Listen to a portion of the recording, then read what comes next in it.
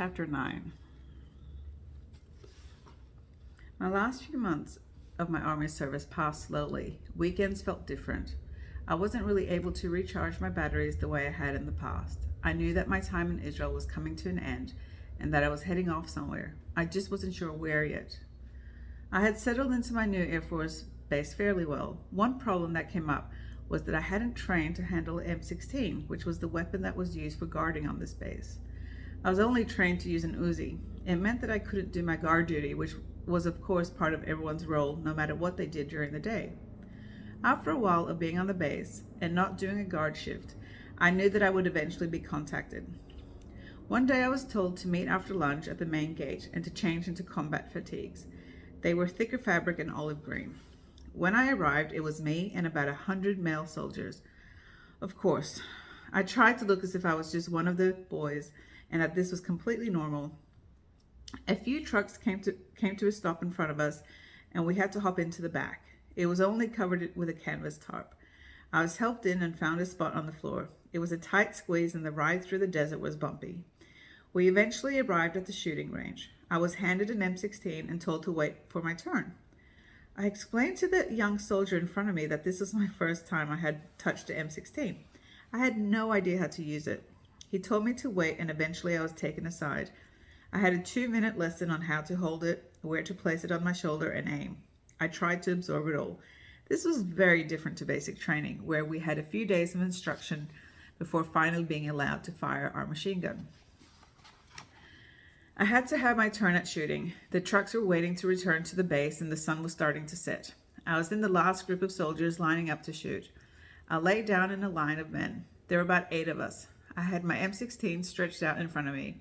It felt clumsy. It was so much bigger than the compact Uzi that I was familiar with. I then waited for my turn. All eyes were burning into me. I wanted to prove that I could do this. I took a deep breath, aimed, and started shooting. It was over almost immediately. I was completely focused and the sound was so incredibly loud. I stood up and dusted myself off. I only then realized that everyone was clapping and all the soldiers were giving me a standing ovation. I had hit all my bullets in the bullseye. It was a fantastic feeling. As we rode back on the bumpy roads through the desert with the sun setting, I felt as if that moment alone made my time in the Army all worthwhile. I was good. I was just as good as the boys. On the Sabbath, when I was home, I would send off lots of letters of interest to colleges around the world, Bible schools in England, Ireland, Canada, and even New Zealand. I knew I wanted to study theology. I wanted to understand God. I knew it was the key to unlocking my world. I would come back to my little room on the roof, and thick envelopes would be waiting for me. Bible schools seemed thrilled at the idea of having a girl from Jerusalem come and study the Bible with them. Not once did I even look at how much money it would cost. If I was meant to go somewhere, the money would come. That's just how it worked. The world was my oyster. It was just a matter of finding out which country I was going to go to. I didn't look into any options in America or Australia. I knew that I couldn't study in America ever again. My 9 months there had been hard. I felt as if I had lost part of my soul there. The lack of walking, the dead food, the superficial feel of the church. I couldn't shine my light there, and I knew it. Australia, on the other hand, was very attractive to me. Ever since the Australian missionary had come to our church and sung the song, "This is the great south land of the Holy Spirit, a land of red dust plains and summer rains." My heart had surged at the idea of going there. I could so clearly see myself in Australia. However, I was so aware that Steve, my first boyfriend, was in Sydney.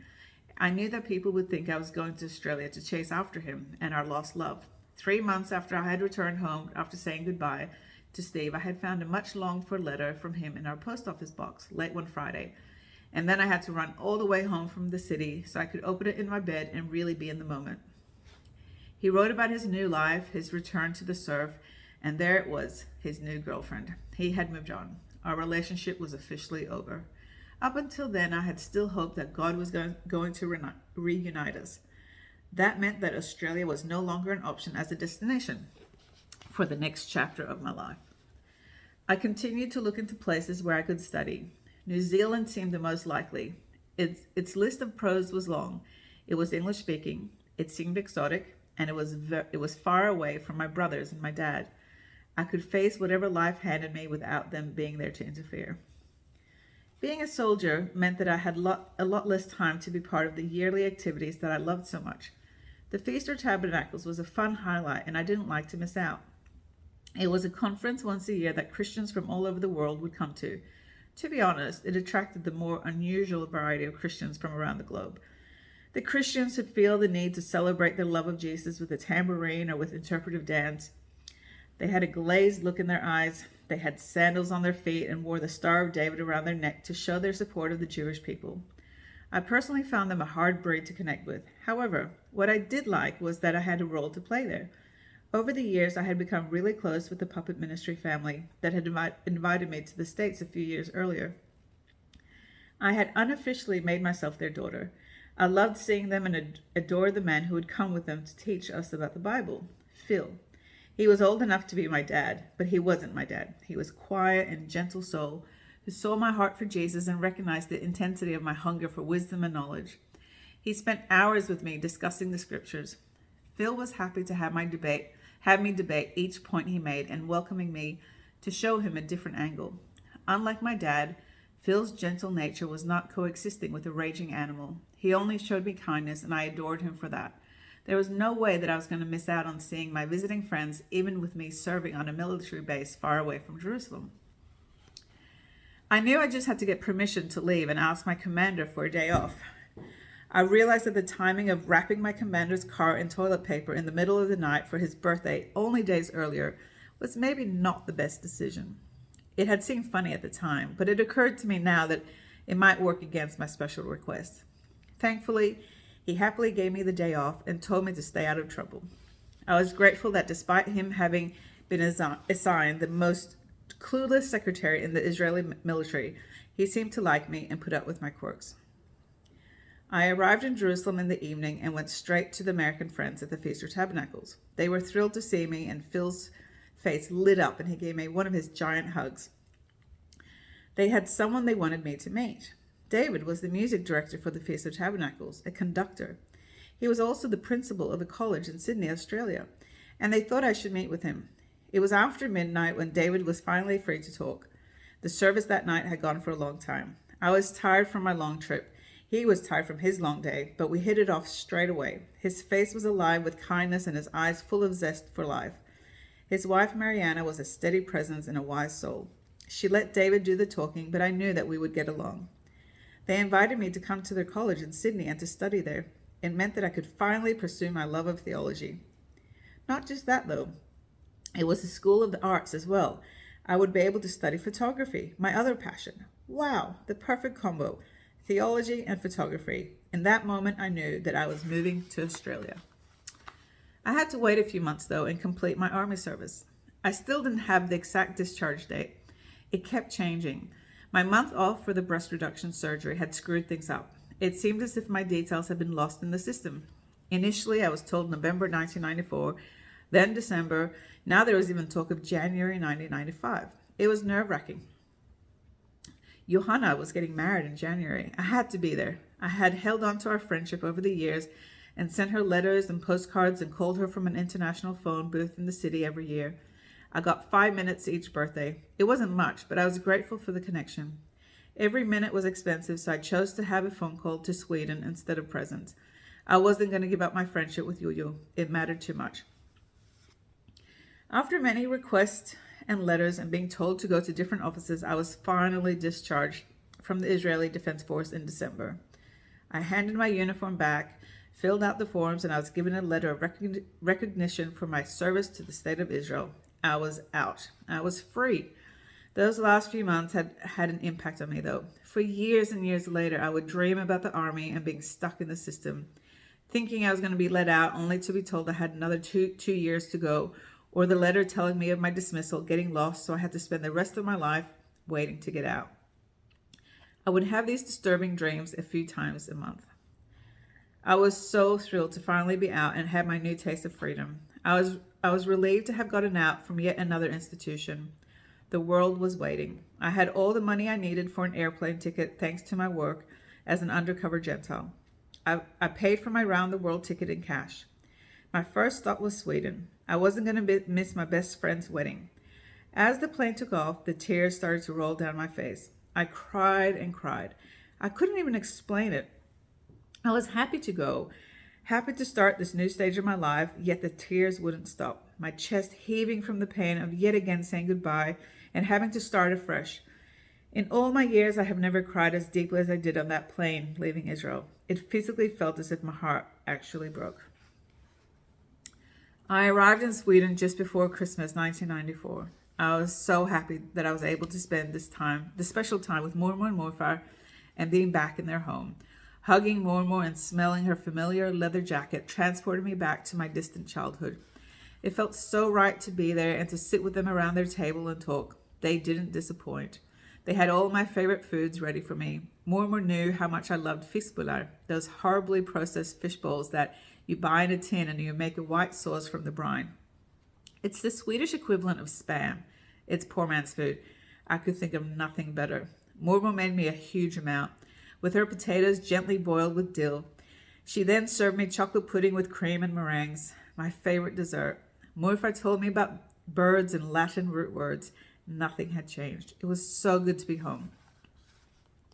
Despite the cold and the frost, we cycled through their quaint little town of Falsterbo, past the harbor and the horses in their stables, the paths through the mossy forest. I was so happy, my face alive with the cold sea air. I had little over a week of being immersed in memories of my childhood, and I loved every moment of it. I then hopped on a train to make sure I didn't miss out on Johanna's big day. Seeing Yuyu again made my heart sing. She had met a young Swedish man on a missions trip to Romania. He was lovely and I was thrilled for her. Yuyu hadn't married a man like her father. Fredrik was gentle and humble. He was in touch with his feminine side and he adored Johanna. I knew that if there was a plate of chocolate balls in front of him, he would never reach for the biggest one. He passed the test. The wedding was fantastic. I sat there watching in awe. They had funny skits and songs and stories were shared. It was a magical evening and I felt a pang of sadness that I had missed out on this tradition. By being plucked out of Sweden when I was 10 years old, I had been missing out on these rituals and these milestones that resonated with me so deeply. I was Swedish, but I didn't belong. My next thought was America. I was dreading it, but I knew I had to do it. My parents had decided to extend their one-year visit so they could receive a proper certificate from the Bible school they were attending. They wanted me to come to Dallas to see them. The city of endless freeways and Christians with fake smiles. How was I going to survive Dallas? Abigail nearly smothered me when I arrived. She clung to me as if her life depended on it. In hindsight, I think it did. She was at breaking point. The tiny student apartment was like a prison cell for Abigail. She was stuck at home for hours at a time with Ezra. Now in his teens, Ezra was getting more and more violent. Abigail felt like a prisoner in her own home. My parents were out doing day and night classes. Abigail and Ezra were forced to go to a strict Christian school that valued obedience and silence. Ezra was restricted more than ever and he took it out on his sister. The mood in the apartment was heavy. I tried to lighten it up, but Ezra was very hard to reach and connect with. I knew he loved me, but he wasn't able to show it. His rage had consumed him. During the time I was in Dallas, the woman that my grandfather had married later in life had died. Their house needed to be packed up and sold. I offered to fly to Florida and help my aunt with the work. I had never been to Florida, and even though I dreaded the humidity, it had to be better than being stuck in a student apartment in Dallas with a toxic family. My aunt was grateful for my help. We drove down from our house in Atlanta and got to work. I had never really connected with my American grandparents, so it felt good to be able to do something for them. My dad's mother was called Jean. Actually, Lillian. I was often compared to her. She had the same laugh as me. My horse smile, as I would call it, also came from her. Also my sense of humor. We both loved to shock, stir the pot, as people would say. I didn't know much about her. She was famous for her New York cheesecake and for starting her day standing on her head because it was good for her constitution. I had met her a couple of times when I was young and she visited us in Sweden. Without having a shared language, it made it hard to get to know her, but I did feel a connection. I just couldn't quite put my finger on it. Grandma Lillian had always been on a quest for health. Sadly, it was this quest that eventually killed her. Along with standing on her head each morning, she was also taking a tonic that was meant to strengthen her liver. Instead, it poisoned her blood. She had decades of being unwell. My parents had finally decided to fly to see her in December 1981. After years of saying they couldn't afford any flights, they made the decision to visit my grandparents in Florida. Us four older siblings got palmed off to various families in the community, and with Ezra in their arms, my parents flew to see Grandma Lillian. They were greeted at the airport by the whole family in their fanciest clothes. Grandma had died while my parents were flying across from Sweden. Being a Jewish funeral meant that Grandma had to be buried straight away. My parents were taken directly from the airport to the burial, and my father never got the chance to say goodbye to his mother who adored him. Grandpa Manny remarried after a few years. His children never quite forgave him for how quickly he seemed to forget their beloved mother. Grandpa came to visit us in Sweden and then in Israel a couple of times. His wife, Rachel, often came with him. I knew Grandpa Manny better than I knew Grandma, but I never really connected with him. He was a kind man with an easy laugh, but I also sensed the raging animal within him. I felt an anger that was just below the surface. I never got to see it, but I knew it was there. It was in my father, and it was in two of my brothers. I kept my distance. Now that Grandpa had died, I was there to clean up his house. It meant 3 days with my youngest aunt. She had always been a distant figure to me. I had never had a chance to get to know her in the same way my siblings had, with more frequent visits to the States. She was kind and reserved. I was hoping that she would tell me more about my grandparents. I wanted to understand, and I wanted to know why my father was the way he was. I really hoped to get beneath the anger and get clarity about the wild animal that I grew up with. I wanted to hear about the war and what happened to my grandfather while being a soldier. Was there a connection? Surely there was, and my grandfather's pain came out in his rage, and then my dad had been on the receiving end of that. In turn, my dad then showed the same rage to his sons, who then let it out on their sisters. I could see the connection so clearly. I wanted to make sense of it. My aunt was much younger than my dad and her older sister, and she might not have seen the rage like they did and had a different experience. Either way, I came away from my time in Florida not knowing any more about my family history than when I arrived. I returned to Dallas and tried to be the sister that Abigail needed me to be. She soaked up every moment she could with me and cried when I told her that I couldn't stay much longer and that I had to go. Australia was waiting. I had finally received my student visa. I only had medical checks to finish up, and I could do that elsewhere. I had a few more destinations to visit before leaving the States, and I needed to leave. It wouldn't be easy saying goodbye to Abigail, knowing the terror she was in and how she feared for her life. It would also be hard saying goodbye to Israel. He had always had a special spot in my heart. I could see that his rage stemmed from pain and that he wanted to be understood, to be held and loved. I knew that deeply, even though Ezra wasn't in a place to be able to verbalize that yet. I knew that I had to try and make the most of the short time I had left with my younger siblings while in Dallas. Sometimes I would accompany my parents to one of the many meetings that their Bible school offered to the students. I dreaded these meetings with loud music and women who, with their hairspray, making me want to sneeze. There were even smoke machines to create a mood. The emotive and manipulative language used by the person at the pulpit made me want to stand up and scream that this was so wrong. This was definitely not the gospel. This was a circus. Wake up, people. You're being lied to. I remained silent, though, and managed to sit through the meeting without gagging, but only just. American Christianity was getting harder and harder to swallow. It was during walking to one of these soul-destroying meetings that I saw a little notice up on the wall. A badly photocopied piece of paper said that there was a mission speaker coming to a local church. Everyone was invited. I looked closer and couldn't believe my eyes. Bruce Olsson was coming to speak. Bruce Olsson. This was the man who Elsa back in Sweden had written about. The man that Johanna's mother told stories on tape about. The man that had been a missionary to the Indians in South America. My absolute idol. My guru. My very own Indiana Jones. It was too exciting for words. I had heard his stories over and over again by Elsa's voice on tapes that came with me to Israel. I would listen to her tell the stories repeatedly. I would fall asleep to Elsa telling me about Bruce nearly dying in the jungle from the poison of arrows shot at him by natives. This was Bruce himself. I didn't even know that he was still alive. And here he was in Dallas and speaking at an event later that day. I had to go. My parents were busy, but Raphael had a free evening. He was living in Dallas with my parents and he had a motorbike. I pleaded for him to take me there. Nothing was going to stop me from seeing my idol. If I had a choice between seeing Bruce Olson or Jesus, I would have chosen Bruce. Bruce was adventurous and brave. I knew his life story so well, and I had just assumed he was dead. But he was alive. He was alive and in Dallas, and I was going to meet him. I just hoped that I would be able to get through the crowds of people and see his face. I would ask Raphael to take me early so I could at least get into the building. Even if it meant me standing out the back, I wanted to be in the same building as him. Raphael was happy to drive me there. His need for speed, along with having his sister join him, was a thrill he didn't want to miss out on. We got to the church in record time. I had expected a mega church, one of those churches that Dallas is famous for. Instead, we entered a tiny building. It was more like a room in one of the poorest areas of Dallas. A few chairs were in a circle. An old lady smiled at me. Was I there to see someone? I explained to her that I was here to see Bruce Olson. The Bruce Olson. Was I in the right place? I was. I was just a bit early. I would have to wait.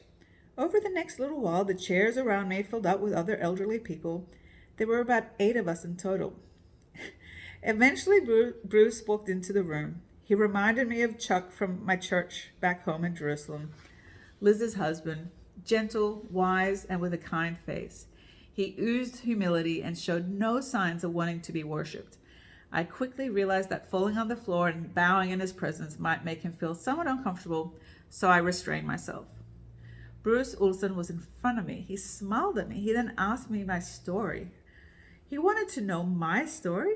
He seemed perplexed and wanted to know why I was there to meet him. I tried to explain. I told him about Elsa and how she had filled my childhood with stories of his life. He was amazed at how much I knew about his adventures. I told him how I had moved to Israel but brought Elsa's tapes of his stories with me. I then told him how only a couple of years after I had moved to Israel, Elsa had died from cancer. Björn had insisted that God would heal her, so Elsa wouldn't need medical intervention. According to Björn, Elsa only needed a miracle from God. I told Bruce how everyone in our Swedish community had prayed and fasted for months. Johanna and her siblings were told that God was using Elsa to show his glory and she would be healed. Supposedly, more people would come to know Jesus through Elsa's healing. They were not allowed to be sad and they had to have faith. The cancer would be gone in the name of Jesus. Sadly, Elsa died. She died with no medical intervention at all. For 3 days, they kept her body in her bed. The community in shock, but still praying for a miracle. Björn still believing that his wife would rise up. God made Lazarus rise from the dead. Surely Elsa would rise too. After 3 days of not being allowed to grieve for their mother, Yo-Yo and her siblings watched as the authorities came and took their mother's body away. They never saw her again. God didn't bring her back. I told Bruce all of this. I needed him to know. He listened to everything I said and asked me more about Elsa. I felt as if I was honoring Elsa's memory by sharing her story with a man who she admired from afar. Bruce went on to ask me about my time in Jerusalem, why I was moving to Australia. He wanted to know it all. He was so interested and intrigued. The old ladies and the men seemed happy to just sit there in the circle of chairs and listen. They let us speak. Bruce Olson made the whole evening just about me. He only spoke about his own story for a few minutes and didn't feel the need to share any more about himself. Thankfully, no one seemed to mind hearing about my life in Israel. He then hugged me goodbye and thanked me for my stories. He told me that God had big plans for me and that he wanted to read about my adventures one day, and that he was sure my stories would be much better than his. I floated out of that room. I couldn't be happier. Bruce Olson had validated my existence, and I had a chance to tell him about Elsa. It was a perfect night. My parents took me to an Australian restaurant as a farewell. We hardly ever went out to eat. In fact, it would only have been a handful of times since I was born, and it was only when my grandfather would come and visit from Florida and he would pay. Going out to eat was a rare treat. Reading menus to me was so foreign. Having a choice of what to eat was confusing. It felt so bizarre to be eating something different than the person sitting next to me. As we sat down at the Outback restaurant, I looked around. Kangaroos and koalas were the only thing I recognized. Nothing else connected with me. I knew absolutely nothing about Australia. Well, not exactly nothing. I knew about Crocodile Dundee and I knew about Nicole Kidman. Steve had shown me a picture of the Opera House. That was the full extent of my Aussie knowledge. It hit me pretty hard that I was stepping into the unknown. My thoughts were interrupted by Ezra's loud voice. He was furious. His steak had been served with some lettuce and a slice of tomato. He had told the waitress he wanted no vegetables. No vegetables. How dare they get it wrong? How could they put vegetables on his plate? My mother tried to take them off, but he flipped out and exploded with rage and stormed out. We quickly ate our meals in silence and rushed out to the parking lot. It wasn't exactly their farewell meal my mother had in mind. I was so relieved to say goodbye to my family. They were too intense for me. My nerves couldn't handle it. I just wanted peace and harmony. I longed for silence and quiet voices, meals enjoyed without tension, cuddles on the couch. Back in Jerusalem, I would often look at Charles, Liz's husband, giving his daughters long hugs.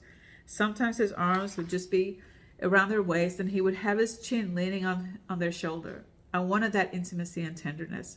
A soft glance as I walked past. I had seen it with other families, watched it in awe as they seemed to be able to coexist without drama and without friction.